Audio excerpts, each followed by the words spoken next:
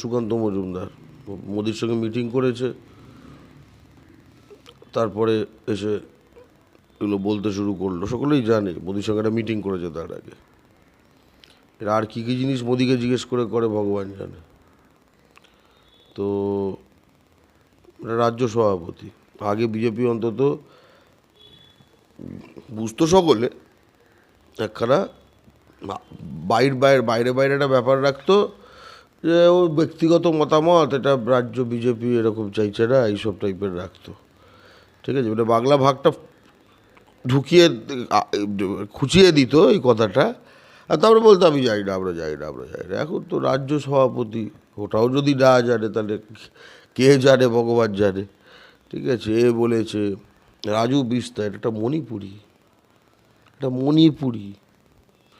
সে Darjeeling MP হয়ে গেছে।